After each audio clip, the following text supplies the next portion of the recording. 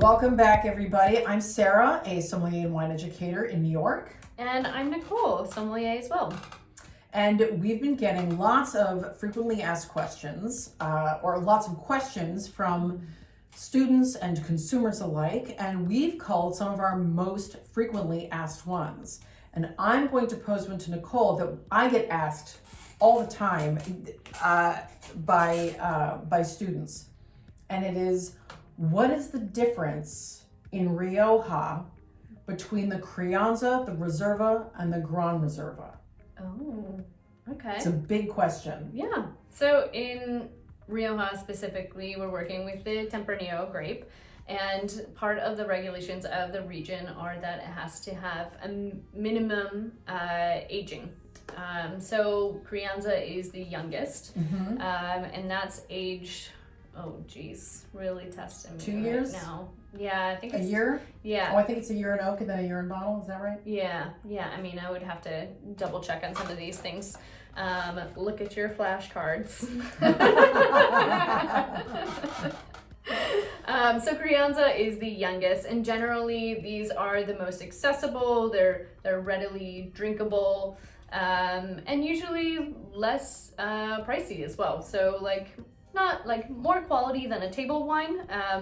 But your entry level for Rioja. The second is Reserva, so that's aged. I do know that's aged for 3 years minimum, and so that's a step up in quality. I think now if you're drinking it on the younger released side, you're gonna taste a little bit more of that oak aging. In Rioja specifically, they're using American oak, which makes them very different from most other classic regions in the world because they use French oak. What this basically means is that the traditional notes that you would get with French oak, like baking spice and maybe vanilla or burnt char, like marshmallow, you're gonna get more savory qualities in American oak. I get dill a lot. Yes, lots of dill. And coconut. Which works really well, I think, for Spain because, I mean, there's dill in so much of the cuisine as well. So yeah, dill and coconut, classic 2, American oak, and then your greatest, it would be Gran Reserva. And so this is the highest quality wine that a producer can make in Rioja, and it's all based on aging. And the philosophy generally of the area is that quality is determined by aging. Whereas in other parts of the world, I guess we can compare it to Bordeaux. Sure. The quality is also based on aging, but it's also based on The location house. and the house. Yeah. Producer specific. So different places in the world determine quality in their own way. Just know that if you're buying a Gran Reserva from Spain, from Rioja, it's gonna be the best.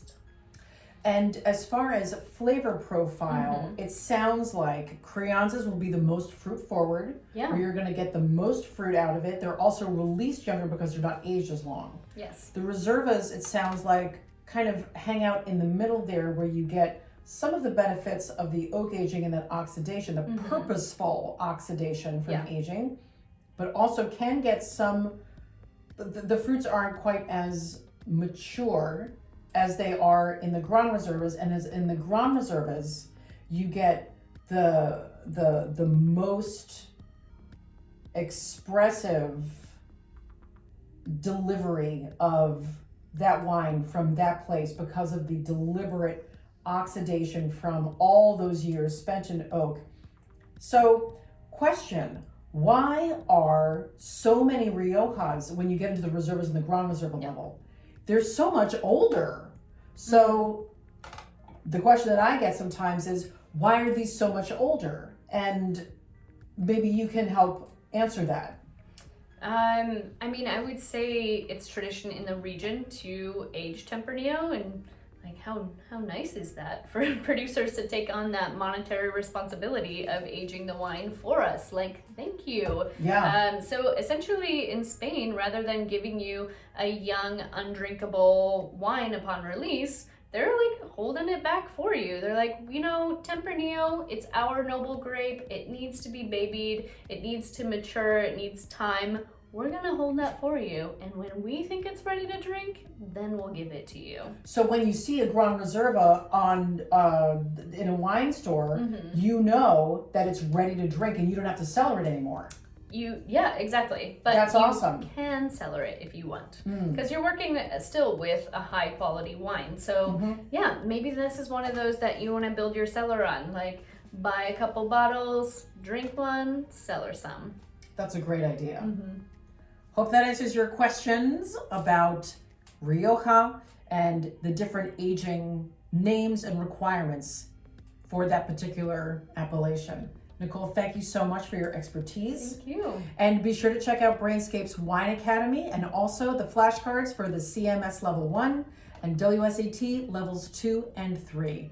And follow along with us for other FAQs, and click on the next video for more fun facts and FAQs answered by 2 top New York City sommeliers.